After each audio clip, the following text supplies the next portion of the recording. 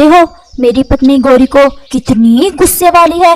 मैं इसको साथ तो ले जाता, लेकिन गौरी की वजह से मैं इसे साथ नहीं लेकर जा सकता। अब मुझे भी जाना चाहिए। और कौवा ऐसा कहते हुए अपने घर चला जाता है। चिड़िया का बच्चा बहुत छोटा था, जिसकी माँ आज ही एक हादसे में मर गई थी। हर पक्षी को इस पर दया तो आ रही थी, लेकिन अपने साथ इसे कोई भी लेकर जाने को तैयार न था। और फिर तोता भी बुलबुल से ऐसे कहता है, बुलबुल, मैं सुबह से ही घर से निकला हुआ हूँ, मुझे बहुत देर हो गई है।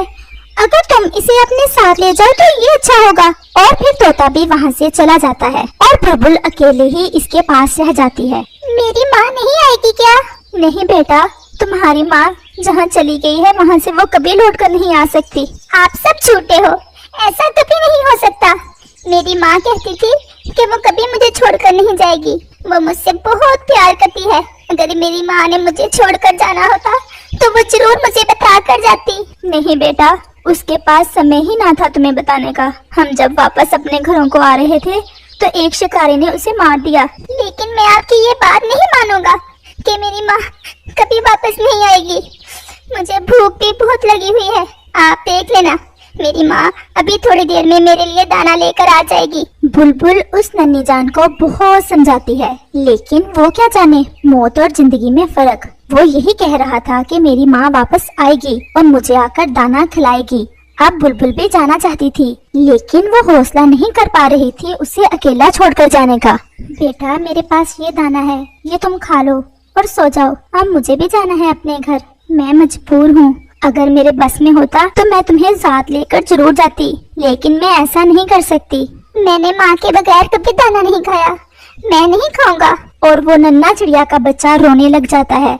रात की तारीकी में इस बच्चे की रोने की आवाज सारे जंगल में दूर दूर तक जा रही थी, लेकिन फिर भी कोई उसे झूठी तसल्ली देने भी नहीं आया था। बुलबुल तो अपने परिवार से मजबूर थी, वो भी अपने घर चली जाती है। और फिर ऐसे वो बच्चा चांद की तरफ देखकर और भी जोर जोर से रोने लगा, और कोई भी उसे चुप कराने वाला ना था। फिर अचानक से उसे एक आवाज सुनाई देती है, कुकू कुकू।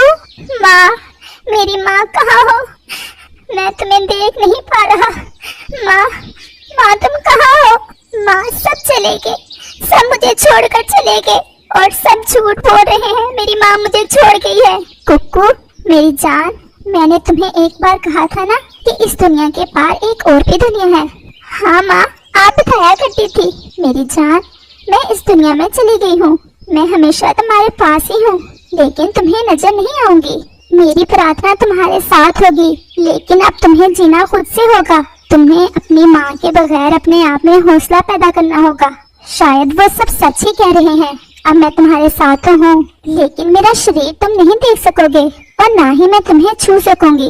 अब मुझे जाना है वापस। तुम ये दाना खा लो और सो जाओ। डरना नहीं, तुम बहुत बहादुर हो, अपनी माँ के बहादुर बेटे हो तुम। और फिर उसकी माँ की परछाई गायब हो जाती है।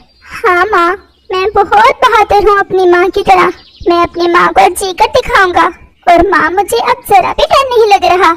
और फिर कुकू रोते रोते सो जाता है। अगर आप कहें तो मैं कुकू को अपने घर ले आऊं, वो बहुत छोटा है। ऐसा नहीं हो सकता, चिड़िया का परिवार और हमारा परिवार और वो हमारे साथ कभी भी नहीं रह पाएगा और ना ही हम उसके साथ। मैं तो पूछ ही रही थी। फिर बुलबुल खामोश होकर वहाँ से चली जाती है और बुलबुल सीधी कौवे के घर जाती है। कालू, तुम्हारे बहुत अच्छे संबंध थे कुकू की माँ से। मेरा तो पति नहीं मान रहा, तुम उसे अपने घर ले आओ। ना भाई, तुम्हारा पति नहीं मान रहा तो यहाँ अगर कालू मान भी जाए तो मैं नहीं रख सकती उसको अपने घर में। हमसे तो अपना भोजन पूरा नहीं होता, हम कैसे दाना ला कर देंगे उसे? गौरी सच ही कह रही है बुलबुल, उसे यहाँ लाकर भूखा रखने से बेहतर है कि उसे परिस्थितियों पर छोड़ दें। अगर उसके भाग्य में होगा तो वो मुकाबला कर लेगा परिस्थितियों का। और कालू कौवा खामोश हो जाता है और फिर बुलबुल वहाँ से चली जाती है।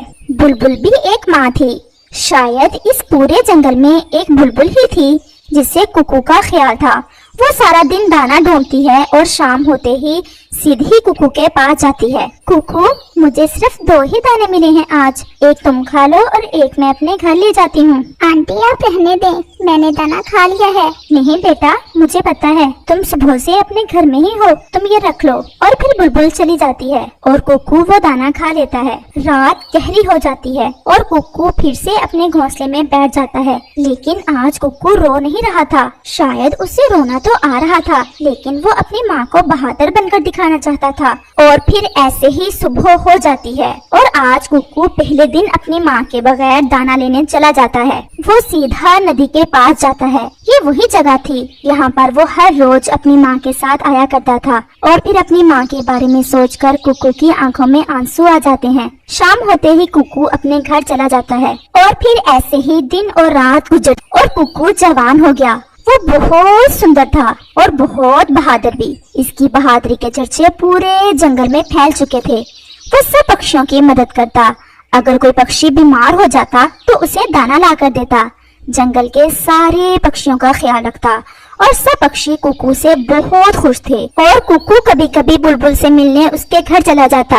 आंटी, मुझे आज भी वो रात अच्छे से याद है जब सब पक्षी मुझे छोड़कर चले गए थे, तो आपने मुझे दाना खिलाया था और मुझे हौसला दिया था। हाँ बेटा, मुझे भी याद है कि मैं भी तुम्हें रोता छोड़कर चली गई थी। मुझे गर्व है तुम पर कि कैसे तुमने खुद में हिम्मत पैदा की और सब पक्षियों को जीकर दिखाया और अब सब पक्षियों की तुम मदद भी करते हो। आंटी, मुझ में ये हौसला मेरी माँ ने पैदा किया। मेरी माँ मुझे अपना बहादुर बेटा कहती थी और मैंने अपनी माँ को बनकर दिखाया कि मैं बहादुर हूँ। अच्छा आंटी, अब मैं चलता हूँ, शाम हो रही है। और कुकू अपने घर चला जाता है। और फिर कालू कौवा घबराया हुआ बुलबुल के पास आता है। मुझे पता चला है कि वो उल्लुओं का परिवार फिर आज रात इस जंगल में आने वाला है। तुम्हें याद है कि पिछली दफा जब वो परिवार आया था तो कैसे उसने हमारे घोंसले तोड़ दिए थे और हमारे अंडे तक गिरा दिए थे घोंसलों से। क्या बाकी सब पक्षियों को पता है कि आज उल्लू आ रहे हैं? मैंने सबको बताया है, लेकिन कोई भी सामना करने को तैयार नहीं इन उल्लुओं का। सब खौफजदा हैं। मैं तुम्हारे पास इसलिए आया हूँ कि तुम कुकू से बात करो। वो जवान है और बहादुर भी। शायद वो ही कोई उपाय बता सके कि कैसे हमारे घोंसले उन उल्लुओं से सुरक्षित रहें। चलो हम दोनों ही चलते हैं। और वो दोनों कुकू की तरफ चले जाते हैं। कुकू बेटा, उल्लुओं का परिवार आज रात आ रहा है। पिछले साल जब वो आया था तो उन्होंने सारे जंगल में खौफ फैला दिया था। सब पक्षियों के अंडे और घोंसले तोड़ दिए थे। आंटी, आप हौसला रखें। मुझे अभी अभी तोता अंकल बताकर गए हैं। आप मत घबराएं, मैं सामना करूंगा उन उल्लुओं का और देखूंगा कैसे वो हमारे घोंसले तोड़ते हैं। मुकाबला करने के लिए ताकत नहीं, हौसला चाहिए, हिम्मत चाहिए। और मैं साबित करूंगा कि मुझ में हौसला भी है और हिम्मत भी और ताकत भी। आप अपने अपने घरों को जाएं। और फिर कौवा और बुलबुल अपने अपने घरों को चले जाते हैं। रात गहरी हो जाती है और फिर वो उल्लुओं का परिवार भी आ जाता है। महारानी, पक्षियों को डराना है या ऐसे ही रात बसर करनी है? नहीं, ऐसे तो पता नहीं चलेगा पक्षियों को। उल्लू रानी आई हुई है जंगल में, कुछ ना कुछ तो करना ही होगा। जाओ और तोड़ दो घोंसले सब पक्षियों के। और फिर वो दोनों उल्लू चले जाते हैं। सब पक्षी खौफ के मारे पेड़ों में छुप जाते हैं, लेकिन कुकू उल्लुओं के रास्ते में जाकर बैठ जाता है। ठहरो, कौन हो तुम? रुक जाओ, वरना मैं मार मार कर तुम्हें अंधा कर दूंगा।